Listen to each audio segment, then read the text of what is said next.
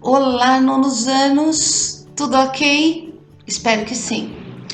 Hoje é dia de revisão, então pegue o seu livro, sua caneta, o seu marca-texto, o seu lápis, anotem os textos e os tópicos que nós retomaremos. Com certeza serão conteúdos das nossas próximas atividades, ok?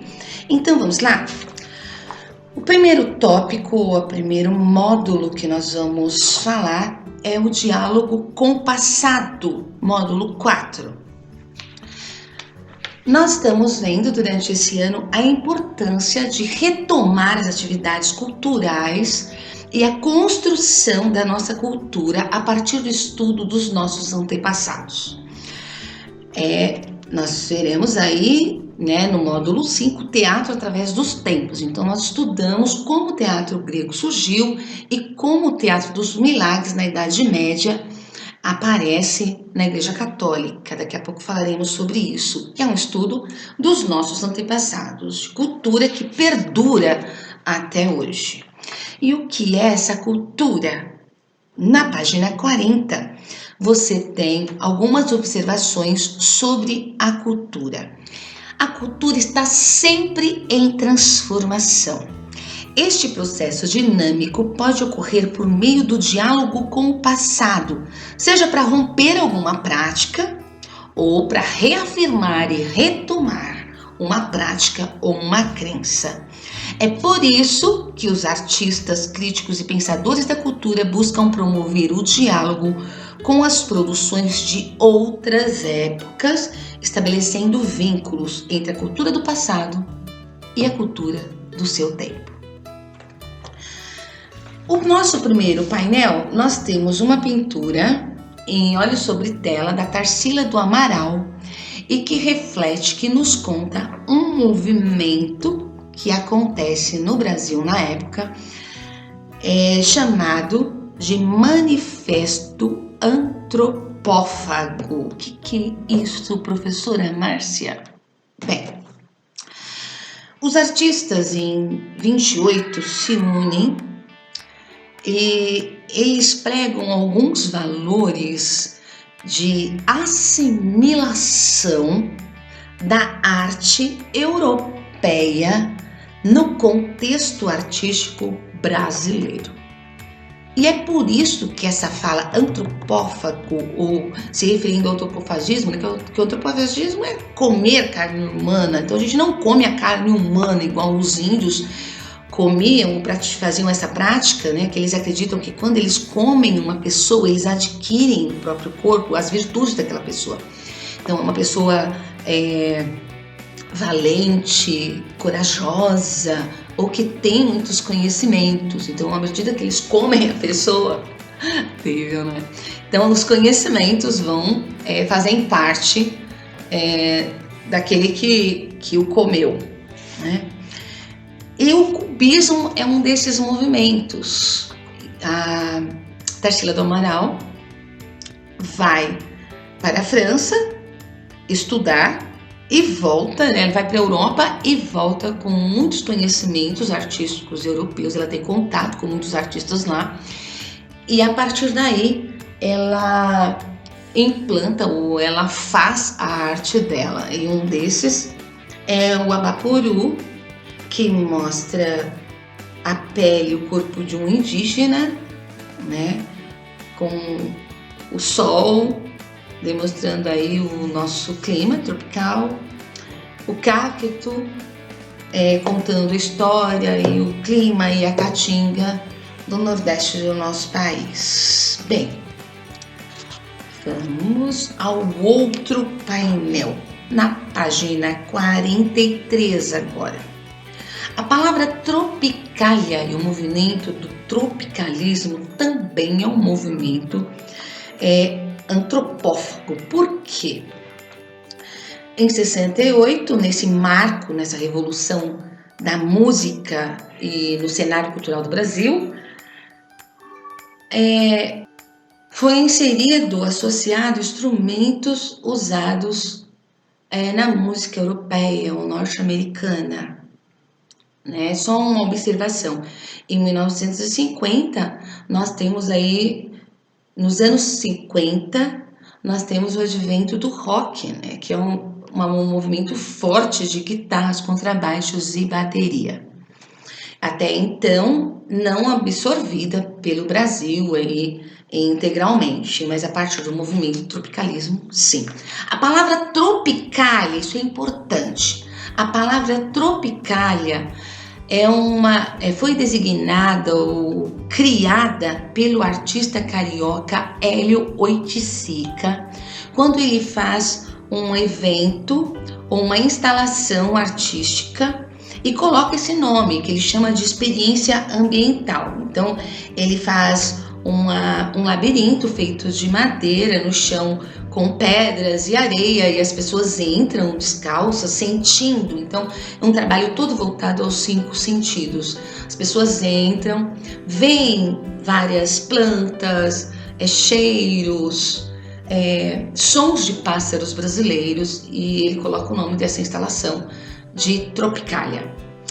No mesmo ano da obra do Hélio Oiticica, Caetano Veloso faz uma canção com o mesmo nome e a palavra acabou batizando o disco e, enfim, todo o movimento cultural. O disco reúne vários outros artistas, como Gilberto Gil, Gal Costa, Nara Leão, Tom Zé e o grupo Os Mutantes. Página 44, eu tenho uma xilogravura descrevendo ou trazendo a banda de pífano. Pífano são instrumentos de sopro utilizados por bandas rurais nordestinas. Página 47. Bem, uma observação no texto sobre as visões da história. Trazer questões do passado para o presente ajuda a entender a cultura e a fortalecer a produção artística na contemporaneidade.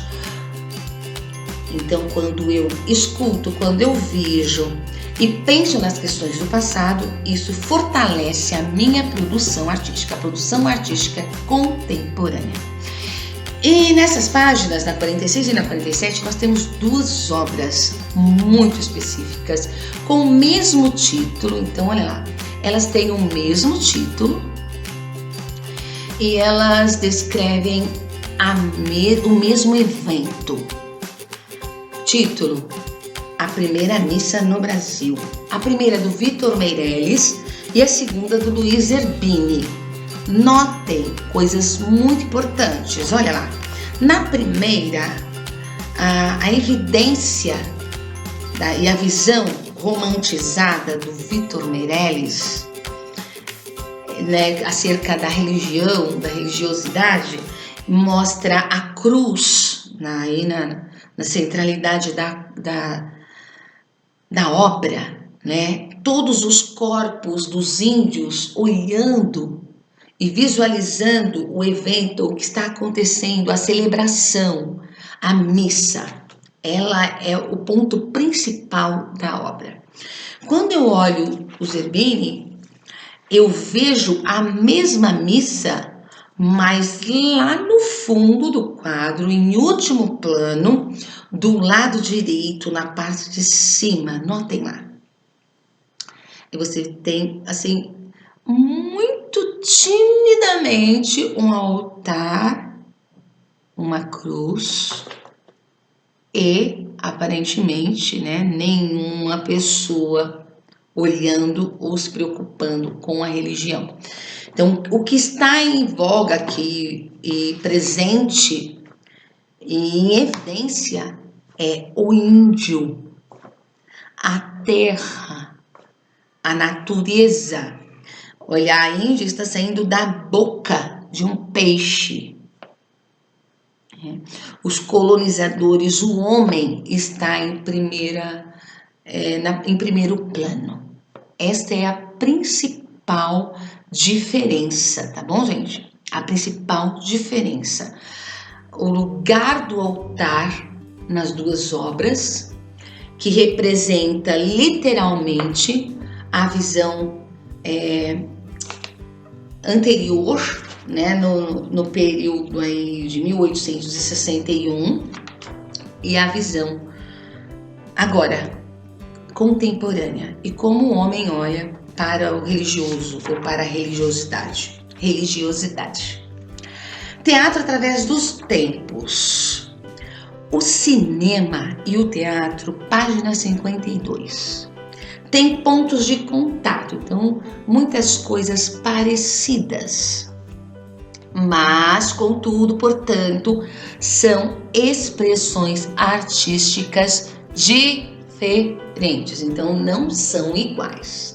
Apesar de terem muitos contatos entre eles ou muitas semelhanças, são expressões artísticas diferentes. Cada um deles tem sua linguagem própria, características próprias. Gravem isso.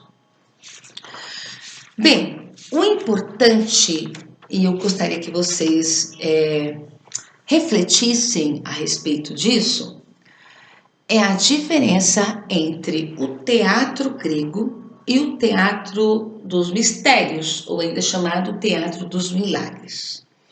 Enquanto o teatro grego nasce nos cultos feitos a Dionísio, o teatro dos milagres nasce dentro da Igreja Católica com encenação bíblica para o povo. Então, histórias bíblicas ou milagres que aconteciam para ensinar o povo que não sabia ler, não tinha acesso às escrituras sagradas, e ainda quando enfrentavam a missa ou iam à missa, as missas eram realizadas em latim, o que dificultava a compreensão do povo.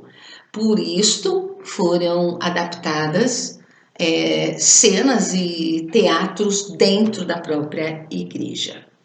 Então, tanto no teatro grego quanto no teatro dos milagres, o teatro nasce a partir de rituais de celebração, um a Dionísio e o outro nas missas, né, nos cultos cristãos. Outra semelhança é que chega a um ponto que há uma ruptura. O teatro sai da igreja e vai para as ruas, tanto no teatro grego, né, quanto no teatro dos milagres. No teatro grego, há a construção dos grandes teatros da Grécia. E na Idade Média, na Europa, o teatro sai de dentro da igreja, apoiado pelas grandes confrarias, que eram grupos de profissionais e que trabalhavam intensamente na igreja, e tomavam conta de alguns palcos. Esses palcos eram chamados de mansões. E as mansões ou os palcos eram divididos nas partes da cidade, e as pessoas que assistiam o teatro caminhavam na cidade assistindo os episódios. Por exemplo, quando era para apresentar a Paixão de Cristo. Então, em uma mansão podia se apresentar o nascimento, a segunda mansão, a vida de Cristo, os milagres de Cristo e, por último, morte de Cristo e ressurreição, dando aí todo o caminho de vida de Cristo desde o seu nascimento até a sua morte, descrevendo a paixão. Outra diferença é a questão social da Grécia e da Europa. Enquanto na Grécia havia um movimento, principalmente em Tebas, um movimento político e o nascimento da democracia, então o povo começou a ter acesso a voto, acesso a encontros políticos para a retomada de algumas decisões da cidade. Enquanto acontecia isso, na Europa, em nome de Deus, havia um movimento que é literalmente contra o que nós acreditamos do ser cristão, né? Porque era uma vida totalmente alienada ao poder da igreja, poder do Estado, o poder de Estado, o poder de decisões social, política, riqueza da Europa era toda centralizada na igreja. Então, um período de política teocêntrica, Deus em primeiro lugar, o que não era realizado de fato, né? Convenhamos. Essa movimentação política europeia produzia uma população carente, sem cultura, e isso interessava, inclusive, ao sistema político. Bem, queridos, após essa última reflexão aí de algumas semelhanças e diferenças entre o teatro grego e o teatro dos mistérios ou de milagres, nós encerramos a nossa retomada de conteúdos. Leiam os textos com carinho. Até o nosso próximo encontro. Caprichem nas nossas atividades. Uma beijoca. Fui.